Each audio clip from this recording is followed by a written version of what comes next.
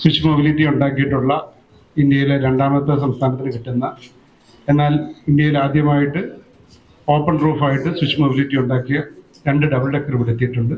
Thiruvananthapuram smart സിറ്റിയുടെ പൈസ ഉപയോഗിച്ചിട്ടാണ്. അപ്പം സ്വതവേ ഒരു വാഹനപ്രിയനായും അതുപോലെ തന്നെ വാഹനം ഹെവി വെഹിക്കിൾസും ഇതിന് വിമാനം വരെ നേരത്തെ ഓടിച്ചുകൊണ്ടിരുന്ന നമ്മുടെ പ്രിയങ്കരനായ മന്ത്രി ഒന്ന് ഓടിക്കണം എന്നുള്ളത് ഞങ്ങളുടെ ആഗ്രഹമായിരുന്നു. ഞാനാണ് നീല യൂണിഫോമിലേക്ക് പോയത്. ആദ്യമായി ഓൾവോ ബസ് വാങ്ങിച്ചപ്പോൾ കാക്കിയിലേക്ക് നീലയ്ക്ക് പോകാനുള്ള എൻ്റെ മനസ്സിലെ ഒരു ദുരുദ്ദേശം ഉണ്ടായിരുന്നു. ഈ മുദ്ര വെച്ച കാക്കിക്ക് ഒരു വിലയുണ്ട്, മുദ്രയില്ലാത്ത കാക്കിക്ക് ഒരു വിലയില്ല എന്നെനിക്ക് തോന്നി. ഞാൻ വന്നപ്പോൾ എന്നോട് MD പറഞ്ഞു, ജീവനക്കാരെല്ലാം ആവശ്യപ്പെട്ടു വീണ്ടും കാക്കിയിലേക്ക് പോകണം, കാരണം കാക്കി ഇട്ടാൽ ഇടി കിട്ടില്ല എന്ന് പറഞ്ഞു. ഞാനാണ് നീല യൂണിഫോമിലേക്ക് പോയത്. ആദ്യമായി ഓൾവോ ബസ് വാങ്ങിച്ചപ്പോൾ കാക്കിയിലേക്ക് നീലയ്ക്ക് പോകാനുള്ള എൻ്റെ മനസ്സിലെ ഒരു ദുരുദ്ദേശം ഉണ്ടായിരുന്നു. ഈ മുദ്ര വെച്ച കാക്കിക്ക് ഒരു വിലയുണ്ട്, മുദ്രയില്ലാത്ത കാക്കിക്ക് ഒരു വിലയില്ല എന്നെനിക്ക് തോന്നി. ഞാൻ വന്നപ്പോൾ എന്നോട് MD പറഞ്ഞു, ജീവനക്കാരെല്ലാം ആവശ്യപ്പെട്ടു വീണ്ടും കാക്കിയിലേക്ക് പോകണം, കാരണം കാക്കി ഇട്ടാൽ ഇടി കിട്ടില്ല എന്ന് പറഞ്ഞു. പഴയ പോലെ ഡ്രൈവർ വണ്ടി കിടന്നോട്ടെ, അതൊന്നും പറയാനില്ല. കാലം മാറി, ചെറുപ്പക്കാരാണ്, മിടുക്കരാണ്, നല്ല കാലം മാറിയിരിക്കുകയാണ്. അപ്പൊ അവർക്ക് കിടക്കാനുള്ള നല്ല സൗകര്യം, ഫാനുള്ള നല്ലൊരു മൊഴി അറേഞ്ച് ചെയ്തിരുന്നിടത്ത് മാത്രമേ ഇനി സ്റ്റേ ബസ് ഉണ്ടാവുള്ളൂ. അതിന്റെ ചുമതല പഞ്ചായത്തോ അല്ലെങ്കിൽ റെസിഡൻസ് അസോസിയേഷനോ ഏറ്റെടുത്താൽ നിങ്ങൾ അവിടെ രാത്രി വൈകി വരുന്ന വണ്ടി, ആള് നിറഞ്ഞു വരുന്ന വണ്ടി, രാവിലെ ഏർലി മോർണിംഗ് ആളുമായി മടങ്ങി വരുന്ന വണ്ടി ഓടണമെങ്കിൽ സ്റ്റേ ചെയ്തേ പറ്റത്തുള്ളൂ. അല്ല രാവിലെ എല്ലാവരെയും ഇട്ടിട്ട് കാലിയാക്കി തിരിച്ചു വരിക, തിരിച്ചു വീണ്ടും രാവിലെ കാലിയായിട്ട് അങ്ങോട്ട് വന്ന് ആളെയും കയറ്റി ഇങ്ങോട്ട് വരിക, അതില്ല.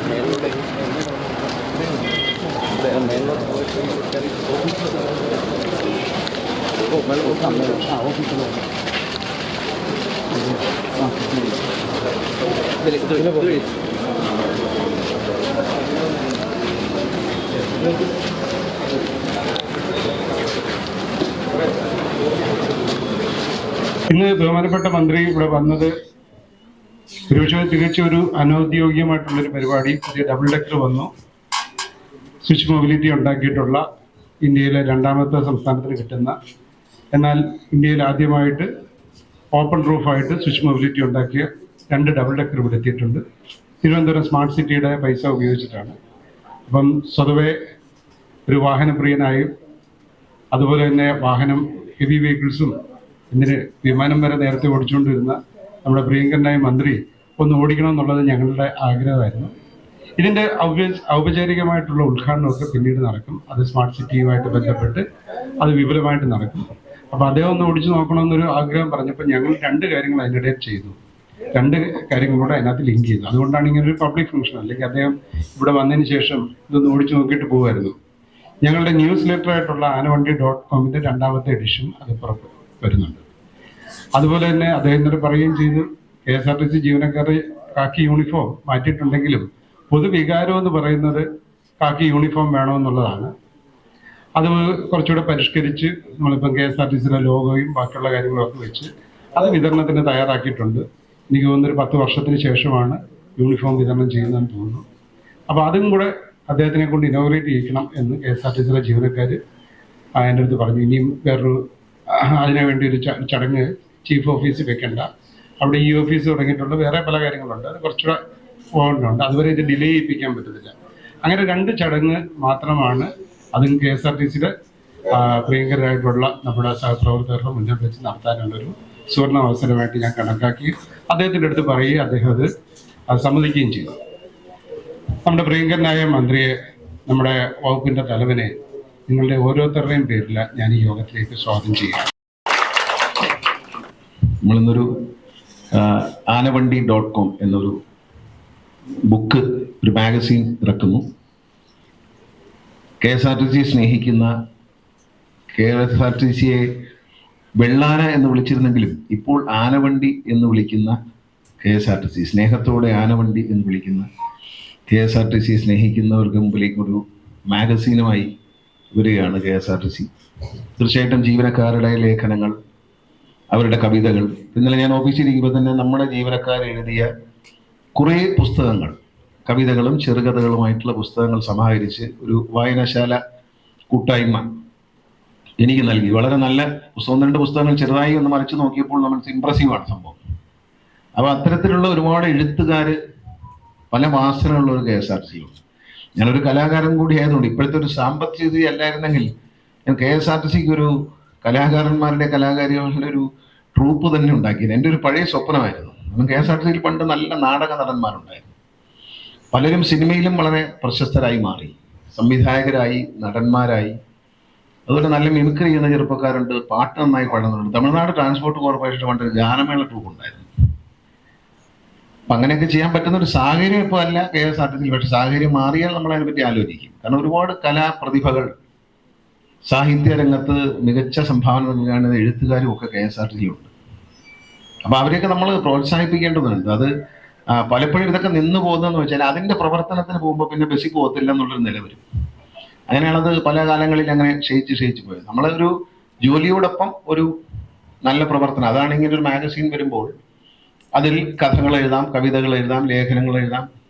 KSRTCയിലെ ആളുകളെ ആകർഷിക്കുക, യാത്രക്കാരെ ആകർഷിക്കത്തുള്ള നല്ല രസകരമായ സംഭവങ്ങൾ എഴുതാം. അപ്പോൾ അതൊക്കെ വായിക്കുമ്പോൾ, പക്ഷേ ഇത് നിങ്ങൾ വിചാരിക്കും ഇത് പ്രിന്റ് ചെയ്ത് ഇനി യൂണിയൻ പ്രവർത്തകരെ മോയാക്കമ്പര മുഖത്തൊക്കെ ഒരു ആശങ്കയുണ്ട്. ഇതൊരു 10,000, 1,00,000 കോപ്പി അടിച്ച് പ്രിന്റ് ചെയ്ത് പൈസ കളയുമോ എന്നൊരു പേടിയുണ്ട്. അത് വേണ്ട, ഏറ്റവും മിനിമം കോപ്പി അടിക്കുള്ളൂ. ഞാനത് ഒരു മാഗസീനാക്കി മാറ്റാനായിട്ട് പറഞ്ഞിട്ടുണ്ട് MD എടുത്ത്. അപ്പോൾ എല്ലാവർക്കും കിട്ടും. ഇതിപ്പോ സ്പോൺസർഷിപ്പ് കിട്ടിയോണ്ട് അടിച്ചതാണ്. ഇനി അടിക്കുന്ന സാധനം ഒരു ആവശ്യത്തിനുള്ള പരസ്യം തരുന്നവർക്കുള്ളൊരു കോപ്പി ഒഴിച്ചാൽ ബാക്കി ഏറ്റവും ചെലവ് കുറഞ്ഞ് ബുക്കാക്കി, എന്തായാലും നമ്മൾ DTP എടുക്കണം. അതിന് നല്ല ഇങ്ങനെ ബുക്ക് മറിക്കുന്ന പോലെ മറിക്കാൻ പറ്റുന്ന ഒരു ടെക്നോളജി ചെയ്തുകൊണ്ട് എല്ലാവർക്കും എത്തിക്കാവുന്ന എല്ലാ സ്ഥലങ്ങളിലും ചെയ്ത് കഴിഞ്ഞു സംഭവം. അപ്പൊ അത് നമ്മൾ ഇതിന്റെ സർക്കുലേഷൻ എന്ന് പറയുന്നത് ഇത് എവിടെയൊക്കെ എത്തിക്കാൻ കഴിയും, ആരുടെയൊക്കെ മൊബൈൽ ഫോണിലേക്ക് എത്തിക്കാൻ കഴിയുമോ അവിടെയെല്ലാം എത്തിക്കുകയും വായിക്കും. അപ്പൊ ആനവണ്ടി എന്നുള്ള നിലയിൽ KSRTCയെ സ്നേഹിക്കുന്നവരുടെ, യാത്രക്കാരുടെ, മാധ്യമപ്രവർത്തകരുടെ, പൊതുപ്രവർത്തകരുടെ എല്ലാം ഫോണിലേക്ക് ഇതെത്തും. ഇതിൽ മന്ത്രിയുടെ ചിത്രം വളരെ കുറവായിരിക്കും എന്ന് ആദ്യം തന്നെ പറയുകയാണ്. എന്തെങ്കിലും ചടങ്ങ് ഉദ്ഘാടനം ചെയ്യുന്ന പടമല്ലാതെ ഇടയ്ക്കിടയ്ക്ക് മന്ത്രി തിരിഞ്ഞിരിക്കുന്ന മറിഞ്ഞിരിക്കുന്ന ഒരു ഫോട്ടോയും ഇടരുത് എന്ന് ഞാൻ ആദ്യം തന്നെ റിക്വസ്റ്റ് ചെയ്തിട്ടുണ്ട്. കാരണം വനംവകുപ്പിൽ ഇതുപോലെ മാഗസീൻ ഉണ്ടായിരുന്നു. അന്ന് ഞാൻ പറഞ്ഞു ഒരു ലക്കത്തിൽ മന്ത്രിയുടെ ഒരു ഫോട്ടോയിൽ കൂടുതൽ ഇടാൻ പാടില്ല എന്ന് പറഞ്ഞു. മറ്റേ മന്ത്രിയുടെ എല്ലാ പേജിലും മന്ത്രിയുടെ പടം അടിക്കുന്നത് ശരിയല്ല. അപ്പം അതുകൊണ്ട് നമ്മുടെ മാഗസീൻ ഏറ്റവും കൂടുതൽ ആളുകളിലേക്ക് എത്തിച്ചേരാൻ ഒരു ബുക്കായി ഇറക്കുന്നതായിരിക്കും നല്ലതെന്ന് മനസ്സിലായതുകൊണ്ട് അത് ലോകവ്യാപകമായി പോകും. ഇപ്പം നമ്മളൊരു മാഗസീൻ ഇവിടെ റിലീസ് ചെയ്താൽ അമേരിക്കയിൽ ഇരിക്കുന്നവർക്കും, ഇംഗ്ലണ്ടിൽ ഇരിക്കുന്നവർക്കും, നോർവേയിൽ ഇരിക്കുന്നവർക്കും, ഓസ്ട്രേലിയയിൽ ഇരിക്കുന്നവർക്കും എല്ലാവർക്കും അപ്പം തന്നെ വായിക്കാൻ കഴിയുന്നത്. അപ്പം നിങ്ങൾ എഴുതുന്ന ഓരോ ലേഖനങ്ങളും ഓരോ കഥകളും എത്രത്തോളം ആളുകളിലേക്ക് എത്തും എന്ന് അതൊരു ശീലമാക്കി മാറ്റും. ഇതിൻ്റെ ബുക്ക് വായിക്കുന്നത് ഒരു ശീലമാക്കി മാറ്റണം എന്നാണ് നമ്മൾ ഉദ്ദേശിക്കുന്നത്.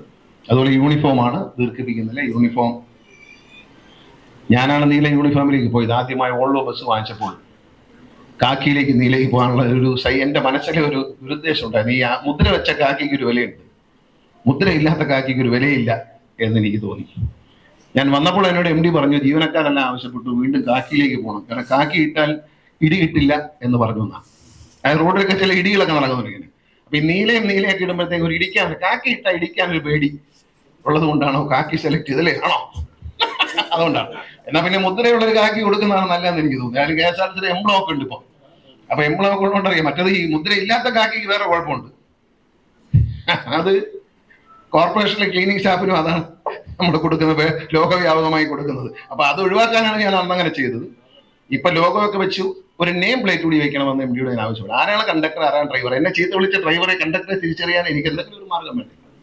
അപ്പൊ അതുകൊണ്ട് എന്തെങ്കിലും പേര് വെച്ചാലും മതി, കുഴപ്പമില്ല. പരാതി കൊടുക്കുമ്പോൾ പരാതി കൊടുക്കണമല്ലോ. കാരണം ഇത് എന്നെ പിടിക്കപ്പെടും എന്ന് ഞാൻ കൂടി അറിഞ്ഞില്ലെങ്കിൽ മര്യാദയ്ക്കിരിക്കത്തില്ല.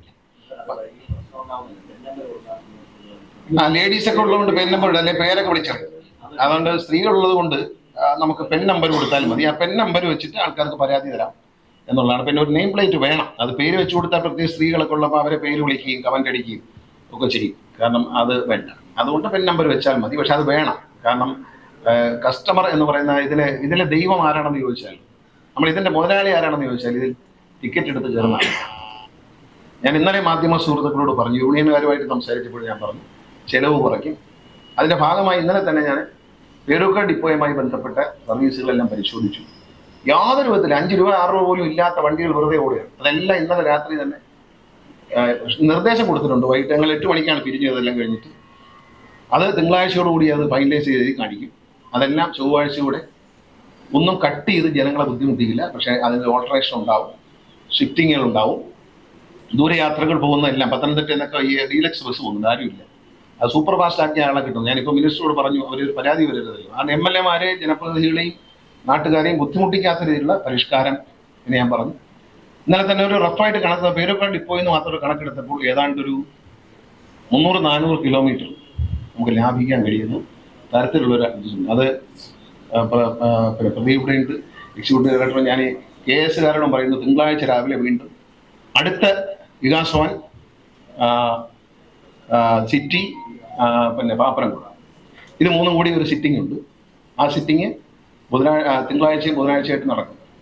അതിൽ നിങ്ങൾ പങ്കെടുക്കണം. നിങ്ങൾ പുതിയ ആൾക്കാരാണ്. അപ്പം എങ്ങനെയാണ് ഇത് ഹാൻഡിൽ ചെയ്യുന്നതെന്ന് ജനങ്ങൾക്ക് ബുദ്ധിമുട്ടില്ലാതെയും ജീവനക്കാരെ ബുദ്ധിമുട്ടിക്കാതെയും വളരെ കറക്റ്റ് പ്ലാൻ ചെയ്ത് എങ്ങനെ നമുക്ക് പിടിക്കാം എന്നുള്ളത് തിരുവനന്തപുരം ജില്ലയിൽ അതിൻ്റെ ഒരു ഉദാഹരണം എന്ന നിലയിൽ ഞാൻ തന്നെ കൂടിയിരുന്നാണ് ചെയ്തത്. അതിനെല്ലാവരും സഹകരിക്കണം. യൂണിയൻസിൻ്റെ സഹകരണം ഒരു വാഗ്ദാനം ചെയ്തിട്ടുണ്ട്. ചെലവ് കുറയ്ക്കുന്ന എല്ലാ മേഖലയും. ഇപ്പം നാളെ ഇത് ഈ ബുക്കിൻ്റെ കാര്യം തന്നെ ഒരു ആരോപണം വരും. എന്താണെന്നറിയാം, ബുക്ക് 30,000 അടിച്ച് പൈസ കളഞ്ഞു വരും. അത് വേണ്ട. ഇപ്പം സ്പോൺസർ കിട്ടിയോണ്ട് അദ്ദേഹം അടിച്ചതാണ്. പരസ്യം ഇനിയും പിടിക്കും. ആ പരസ്യം നമ്മൾ സൂക്ഷിക്കും. അത് വെച്ച് നമ്മളത് പ്രിന്റ് ചെയ്യും. ഈ ബുക്കായിട്ട് വേൾഡ് വൈഡായിട്ട് ഇത് പോകും. യൂണിഫോം, പുതിയ യൂണിഫോം ആവശ്യപ്പെട്ടതാണ്. നിങ്ങൾ ആവശ്യപ്പെട്ട ഗാനങ്ങൾ എന്ന് പറയുന്നത്, നിങ്ങൾ ആവശ്യപ്പെട്ട യൂണിഫോം നിങ്ങൾക്ക് തരുന്നതിൽ അതിയായ സന്തോഷമുണ്ട്. 10 വർഷങ്ങൾക്ക് ശേഷം ഇങ്ങനെ ഒരു ചടങ്ങ് നടക്കുമ്പോൾ അതിൽ പങ്കാളിയാകാൻ കഴിഞ്ഞു. പിന്നെ MD പറഞ്ഞ കണക്ക് വാഹനപ്രേമിയായതുകൊണ്ട് MDയും വാഹനപ്രേമിയാണ്, ഞാനും. അപ്പോൾ ഈ വണ്ടി വന്നപ്പോൾ ബോംബെയിൽ നിന്ന് വരുമ്പോഴേ എന്നോട് പറഞ്ഞു ഒന്ന് ഓടിക്കണം എന്ന് പറഞ്ഞു. എൻ്റെ അടുത്ത് സാർ ഒന്ന് ഓടിക്കാം. ഞാൻ പറഞ്ഞു ഞാൻ വരട്ടെ എന്ന് പറഞ്ഞു. തീർച്ചയായിട്ടും ഇത് കഴിഞ്ഞിട്ട് ഞാനൊന്ന് ഓടിച്ചു നോക്കും. എങ്ങനെ ഉണ്ടെന്ന് അറിയണ്ടേ. ഇത് ഉദ്ഘാടനമൊന്നും അല്ല കേട്ടോ, ചുമ്മാ എന്നാൽ ഡബിൾ ഡെക്കർ അല്ലേ, ഒന്ന് ഓടിച്ചു നോക്കാം. പണ്ട് ഡബിൾ ഡെക്കർ ഓടിച്ചിട്ടുണ്ട്, ഡീസൽ വണ്ടി എടുത്ത്. ഇത് ഈ ഡബിൾ ഡെക്കർ ബാറ്ററിയിലുള്ളത് എങ്ങനെ ഉണ്ടെന്നൊന്ന് ഓടിച്ചു നോക്കാം. മാധ്യമപ്രവർത്തകർക്ക് ഇവിടെ വന്നിരിക്കുന്നവർക്ക് മുകളിലും താഴെയായിട്ട് കയറാം. കയറിയിരുന്ന് ഒരു ഉല്ലാസയാത്ര പോയിട്ട് പെട്ടെന്ന് നമുക്ക് തിരിച്ചു വരാം. എല്ലാ നന്മകളും നേർന്നുകൊണ്ട് ആനവണ്ടി എന്ന ഈ ഒരു ബുക്കിൻ്റെ, നമ്മുടെ മാഗസീൻ്റെ പ്രകാശനവും അതോടൊപ്പം പ്രിയപ്പെട്ട തൊഴിലാളികൾക്കുള്ള യൂണിഫോമിൻ്റെ വിതരണവും ഉദ്ഘാടനം ചെയ്തതായി അറിയിക്കും. സ്റ്റേ ബസ് കോവിഡിൻ്റെ കാലത്ത് നമ്മൾ നിർത്തേണ്ടി വന്നിട്ടുണ്ട്. ചില സ്ഥലങ്ങളിൽ നമ്മൾ ഈ ഷെഡ്യൂൾ ചെയ്ത് വരുമ്പോൾ സ്റ്റേ ബസ് അത്യാവശ്യമായി വരുന്നു. രാത്രി അങ്ങോട്ട് പോകുന്ന വണ്ടിയിൽ നിറച്ച ആളുണ്ട്, അവിടുന്ന് കാലി അടിച്ച് തിരിച്ചു വരുന്ന സംവിധാനം ഞങ്ങൾക്ക് വലിയ നഷ്ടം ഉണ്ടാക്കുകയാണ്. അതുകൊണ്ട് എൻ്റെ റിക്വസ്റ്റ് പഞ്ചായത്ത് ജനപ്രതിനിധികളോടും റെസിഡൻസ് അസോസിയേഷൻകാരോടാണ്, നമ്മുടെ ഡ്രൈവർക്കും കണ്ടക്ടർക്കും കിടക്കാനുള്ള ഫാനുള്ളൊരു നല്ല മുറിയും കട്ടിലും കിടക്കയും നല്ലൊരു ശൗചാലയവും ഉണ്ടാക്കി തരുന്നിടത്ത് മാത്രമേ ഇനി സ്റ്റേ ബസ്സുകൾ പ്രോത്സാഹിപ്പിക്കൂ. കാരണം നമ്മൾ പഴയ പോലെ ഡ്രൈവർ വണ്ടി കിടന്നോട്ടെ അതൊന്നും പറയാനില്ല. കാലം മാറി, ചെറുപ്പക്കാരാണ്, മിടുക്കരാണ്, നല്ല കാലം മാറിയിരിക്കുകയാണ്. അപ്പോൾ അവർക്ക് കിടക്കാനുള്ള നല്ല സൗകര്യം, ഫാനുള്ള നല്ലൊരു മുറി അറേഞ്ച് ചെയ്തിരുന്നിടത്ത് മാത്രമേ ഇനി സ്റ്റേ ബസ് ഉണ്ടാവൂ. അതിന്റെ ചുമതല പഞ്ചായത്തോ അല്ലെങ്കിൽ റെസിഡൻസ് അസോസിയേഷനോ ഏറ്റെടുത്താൽ നിങ്ങൾ അവിടെ രാത്രി വൈകി വരുന്ന വണ്ടി, ആള് നിറഞ്ഞു വരുന്ന വണ്ടി, രാവിലെ ഏർലി മോർണിംഗ് ആളുമായി മടങ്ങി വരുന്ന വണ്ടി ഓടണമെങ്കിൽ സ്റ്റേ ചെയ്തേ പറ്റത്തുള്ളൂ. അല്ല രാവിലെ എല്ലാവരെയും ഇട്ടിട്ട് കാലിയാക്കി തിരിച്ചു വരിക, തിരിച്ചു വീണ്ടും രാവിലെ കാലിയായിട്ട് അങ്ങോട്ട് വന്ന് ആളെയും കയറ്റി ഇങ്ങോട്ട് വരിക, അതില്ല. സ്റ്റേ ബസ് തരാം, പക്ഷേ നല്ല സൗകര്യങ്ങൾ കിടക്കാൻ കണ്ടക്ടർക്കും ഡ്രൈവർക്കും പ്രത്യേകം കട്ടിലുകൾ, മെത്ത, ഫാനുള്ള മുറി, നല്ല മനോഹരമായ വൃത്തിയുള്ള ടോയ്ലറ്റ്, ഇത്രയും സൗകര്യങ്ങൾ പഞ്ചായത്ത് അല്ലെങ്കിൽ റെസിഡൻസ് അസോസിയേഷൻ സൗജന്യമായി നൽകിയാൽ മാത്രമേ ഇനി സ്റ്റേ ബസ്സുകൾ ഉണ്ടാവൂ. അല്ലാത്ത പക്ഷം അത്തരം സ്റ്റേ ബസ്സുകൾ കട്ടി.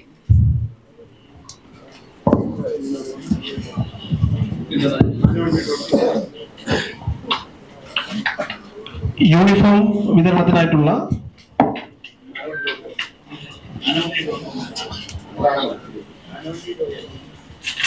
ആനവണ്ടി.com ന്യൂസ് ലെറ്ററിന്റെ പ്രകാശനം നടക്കുകയാണ് ഇപ്പോൾ.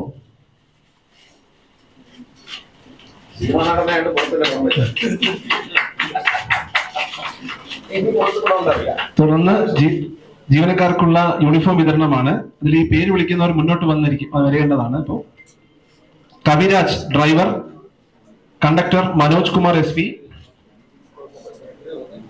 Lady conductor Deepa AS, mechanic Jayachandran V, Nandakumar K, Vehicle Supervisor, Vinod R, Station Master, Vinod Kumar E.K, Chargeman, Vinod B, Assistant Sergeant, Sunil Kumar, Inspector.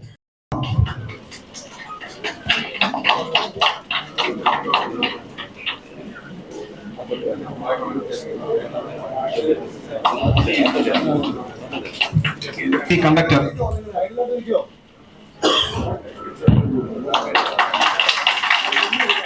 Manoj Kumar SV, Conductor.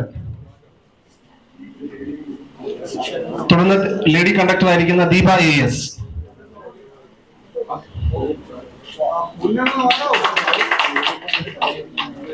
Jayachandran V, mechanic.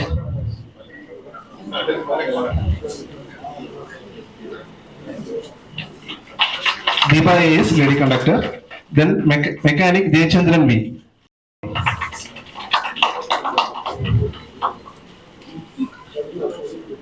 Then Station Master Vinod R. Then Chargeman Vinod Kumar E.K. Then Assistant Sergeant Vinod V.